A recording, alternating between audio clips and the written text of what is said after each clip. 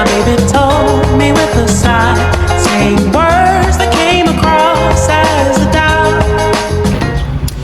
Saat ini kami sedang berada di lokasi mebel Windra Mebel yang terletak di Jalan Rambutan, Kelurahan Bulari nomor 308. Nah, untuk menyimak barang apa saja yang ada di dalam mebel, ayo kita lihat.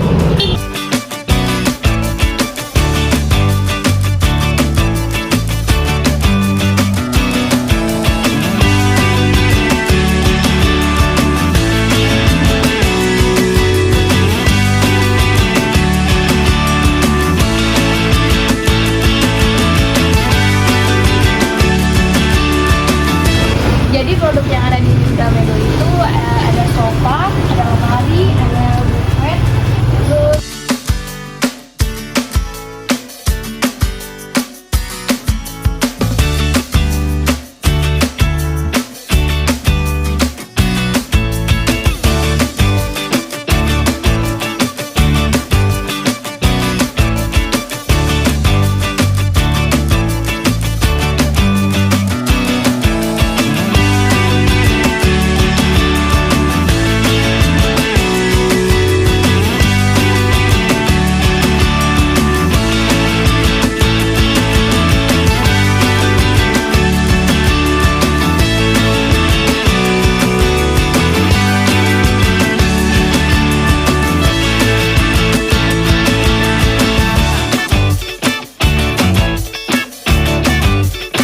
Saat ini saya sedang bersama dengan pemilik dari Windra Mebel bersama Ibu Teddy.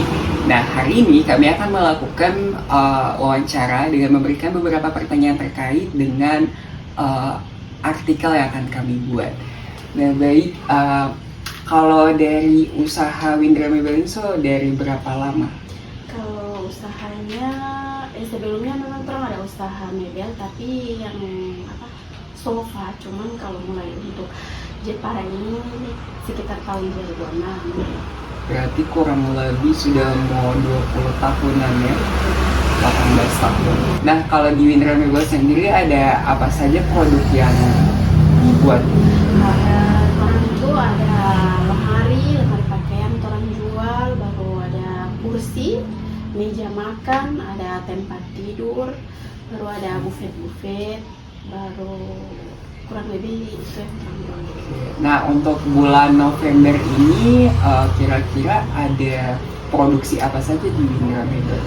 Produksi kursi dengan lemari. Kalau untuk meja makan orang suka stok dari sebelumnya. Jadi untuk bulan November ini Windra Mebel memproduksi lemari dan satu set kursi. Iya.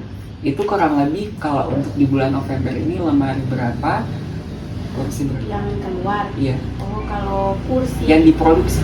Oh, yang diproduksi. Iya. Mungkin lebih dari 10 set kursi yang terproduksi dalam 1 bulan ini. Kalau untuk DP lemari ada sekitaran 5 set. Jadi ada 5 kursi dan kurang lebih 5 lemari dan kurang lebih 10 kursi. Nah, itu kalau bagaimana lemari dan kursi ini kan sama-sama bahan baku kayu. Itu soal persediaan bahan baku itu apakah diproduksi langsung kayunya atau mungkin ada persediaannya itu bagaimana? Oh, kalau untuk DP kayak kursi dan lemari begitu, orang kebetulan kan Jepara, jadi orang ambil dari Jepara, tapi DP bahan masih dalam bentuk mentah. Jadi sampai di sini orang masih mau rakit itu barang. Jadi bukan maksudnya sota ukir apa saja? Sota ukir dia, cuman masih tapang-tapang. Jadi sampai di sini masih mau kasih sapu, kasih rakit. Jadi berarti persediaannya itu dalam bentuk mentah, tapi sudah setengah jadi. Iya, mentah. Jadi di sini kayak tinggal diteruskan terus di finishing baik kursi ataupun lemari. Nah, itu biaya bahan baku, terus orang tanya juga soal overhead. Overhead itu kan ada variabel dan tetap. Yang variabel itu dia punya penolong kayak paku, cat apa gitu. Itu bagaimana? Apa saja kalau untuk pembuatan lemari itu apa saja dia punya? Kalau untuk pembuatan lemari itu orang butuh skrup, orang mau bakancing nanti di lemari, baru orang butuh lem juga, baru kalau sudah cat mau finishing itu orang butuh cat, ada pakai primer, ada DP warna, baru ada amplas kalau mau bagus itu kan amplas pasir mau kasih halus lagi. Kalau untuk kursi? Kalau kursi orang ada DP busa, orang perlu busa, baru kono, baru DP ini Kulit? iya DP kain, baru ini DP paku-paku kecil begini. Sama juga kalau membaca orang tetap butuh primer, DP cat, baru membaca campur akan itu DP warna. Itu kayak kulit dengan busa itu dari Jepara atau? Tidak, kalau untuk DP busa orang ambil dari Manado, kalau DP kain orang beli di sini. Nah, boleh disebutkan anggaran untuk itu biaya biaya bahan baku kayu untuk lemari dan kursi itu boleh berapa?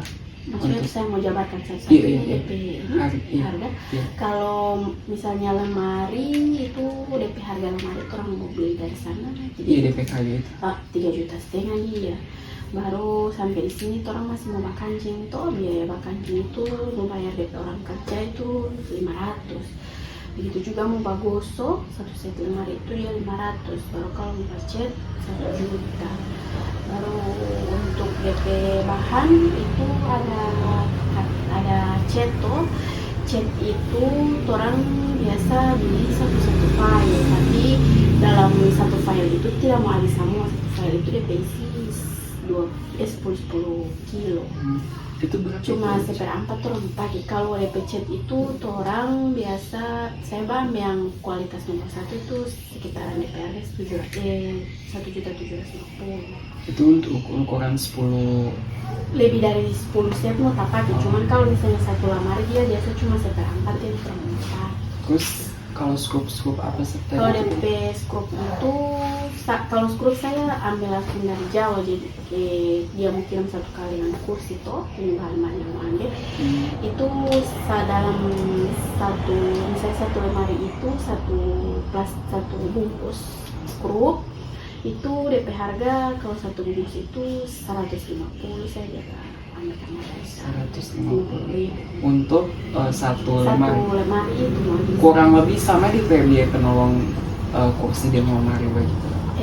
Kalau kursi dia orang budget dia cuma 500 karena kan soalnya kalau lemari itu dia agak besar, kalau kursi kan tidak terlalu ini.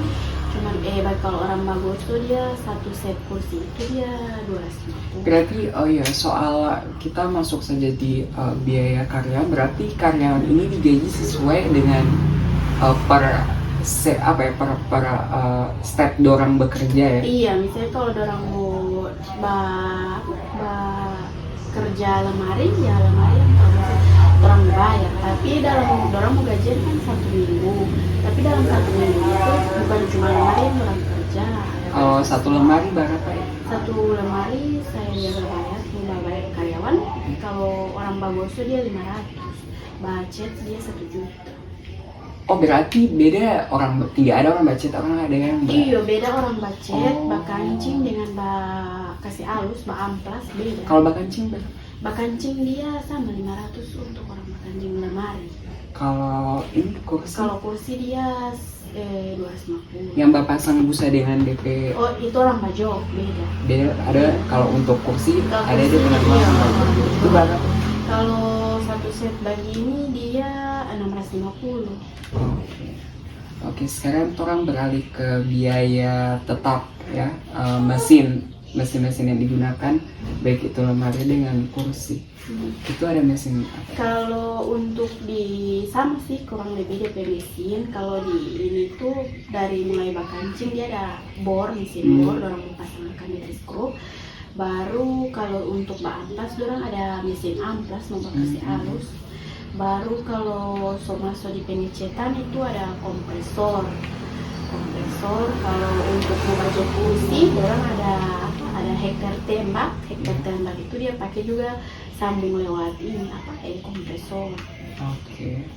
Ya kurang lebih itu. Terus soal ini dia punya main idea di panel di artikel ini. Jadi artikel ini tuh berjudul soal penentuan harga pokok produksi di Windra Mebel.